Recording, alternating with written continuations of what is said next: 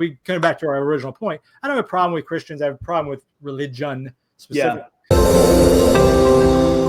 I'm not here to bash Christians. I know we've probably offended somebody at this point, but most of the people I love in this world are Christian. Most of the people I know in this world are Christian. The people I've always loved, my grandparents and people that have passed, they were Christian. So I have nothing against Christians. I have a problem sometimes with the religion, but not them because they're Christian. Now, sometimes because they're Christian, they do things I don't like and really dislike, sometimes vehemently. But the fact that they're Christian doesn't make me dislike them. I'm not that guy. I'm fine when I go to a thing. And if he ever wants to hold hands and say a prayer, I'm not saying the prayer. I'm looking around quietly, kind of seeing who else is not saying the prayer. But I'm quiet. I was at dinner the other night. Mary Jane and I were at dinner with two other couples, and at a restaurant, and they prayed before the meal. I knew, and he's a good friend of mine. He's been a friend of mine longer than I've known you, in fact. And I know that they're religious. I know they're very religious. Okay, that they want to pray. It bothers. I'm going to eat in a minute, anyways. It doesn't make any difference, right? Right. But yeah, it's interesting. I'm like you. I really try not to, I don't purposefully offend Christians. I'm not saying I don't offend Christians, but I don't purposely offend Christians. And I start out to do it specifically. Exactly. And quite frankly, as part of my deconstruction and going back and figuring out, well, then how did I get here? How do other people get here? Because with me, there's always it must be me missing something, going back and trying to figure out what it is I'm missing. And a lot of what I've come to realize is, man, I hate using this phrase. I think believers, because of the conditioning that is literally written into the text of the Bible and other religious and dogmatic systems, Christian, Islam, Jainism, Buddhism, whatever it is, I feel that they're almost victims themselves of their own conditioning sometimes. It's funny you say that. I don't know if you're watching the screen. Al on the Prowl said lots of times it's not their fault. I was brainwashed too. Yeah, exactly. What you just said. Yeah. And that's true. I mean, you and I and the people that I've talked to and in little groups that you and I kind of hang around with in this sort of thing, we all came to a conclusion, but not when we were two. It took us, you were in your teens, some people are 30s and 40s before they start to click. I talked to a guy not too long ago who's 52, 53. He came to that conclusion 9 years ago. He was a Pentecostal pastor. Yeah. Pentecostal pastor. And then he became an atheist. Yeah. So yes, it takes a while to undo that. And some people just don't question things, not because, and that's not a disparaging comment. There's just no particular reason to question it sometimes. Exactly.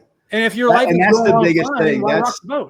That's why I try to respectfully challenge when someone just blasts out and says something, and I'm like, but have you thought of this? Question. Yeah.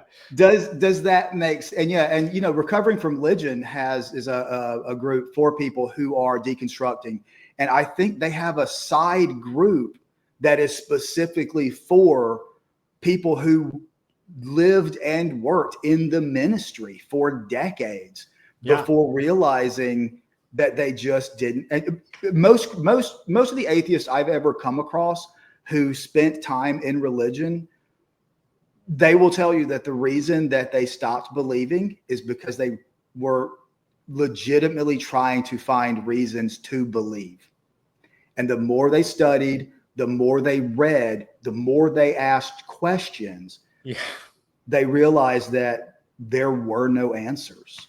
Yes. I will attest to that anecdotally for sure, that once you start to go down that rabbit hole, if you can't get stopped by someone who's well-meaning and keeps you from going further down, the answer is, like you said, get scarcer and scarcer as you go down, and you realize, wait a second, if this doesn't make sense, then that last one didn't make sense. And 4 questions earlier doesn't quite make sense either.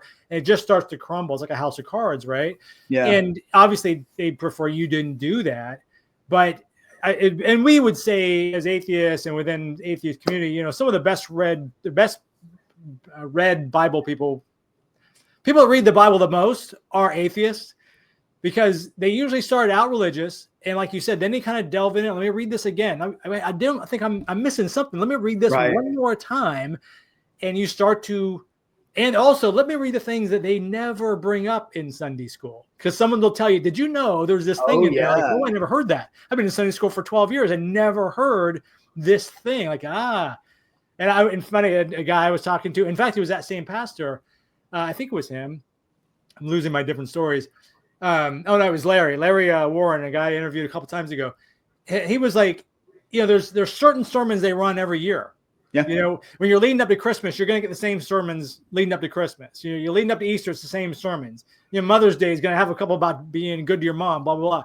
So there's only X amount for the rest of the year they're going to have freedom, so to speak, to teach. And they're not picking the negative stuff, not without a really good spin. They're going to pick the uplifting and the good and do the right thing. They're never bringing out the donkey, thing, which she has his member was like a donkey and emissions. Of course. That doesn't seem to come up, but it's in there. It's in the book. You're going to skip that chapter. It's a little uncomfortable. We're going to go right on to Noah or whatever. Yeah. Well, even those same recycled ones, the Christmas one is always the big one. This is XYZ, exactly what happened leading up to that with the, they had to go to Bethlehem for the census. The census, yeah. Or was it to pay taxes like the other book said? Yeah, well. Now, was he from Nazareth, or did they leave and have to go back to Nazareth?